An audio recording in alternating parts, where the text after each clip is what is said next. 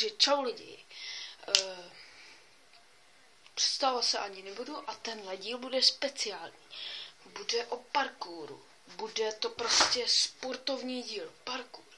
Jo. Takže první, co potřebujete, je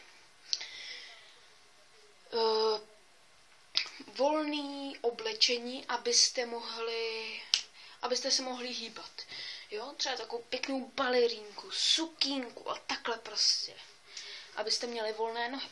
Jenže já bohužel chodím na bojové sporty, takže nemám žádnou balerínku ani sukínku. Takže mám spíš jako kalhoty na kickbox, ty jsou dobrý. Jsou taky krátký kraťasy, triko mám taky volný, taky speciální. Takže za prvé, jo a ještě za druhé musíte být ve skvělé kondici.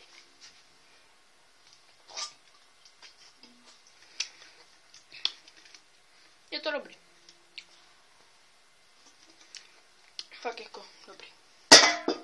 Takže musíte být ve skvělé kondici, to nezapomeňte. Proto byste to neměli pít, jo? Takže vezmeme to od podlahy, úplně to nejlehčí. Takže dvojité salto zad se 3 otáčkami.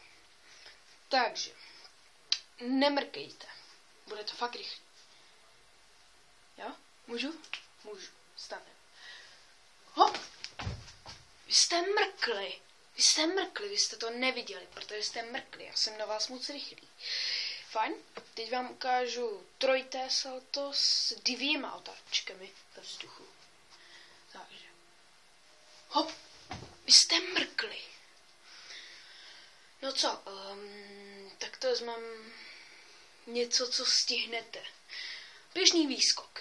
Hop! Vidíte? To jste doufám stihli, jo? Tak fajn. A co se ještě naučíme? Třeba tohle vzkaz? To je jedno. Takže ještě se naučíme třeba co mi tak napadá? Nevím, prostě něco. Třeba něco, co taky stihnete, aniž byste mrkli. Tak třeba skok s otočkou. Hup! To jste nestihli určitě. A skok s otočkou na druhou stranu. Hup! To je parkour. Fajn, teď ještě třeba stojka. Zvyklý místo a stojka. Jo, takže stojka. Moje záda. To prdele. Moje záda. Jsem poho. Jo. Bolí to? Jo, bolí to. No, tak to nic teda. Teď nevím, co jsem chtěl, ale to je jedno. Teď už asi nemám, co bych vás naučil. Naučil jsem vás celé mé poselství parkouru. Takže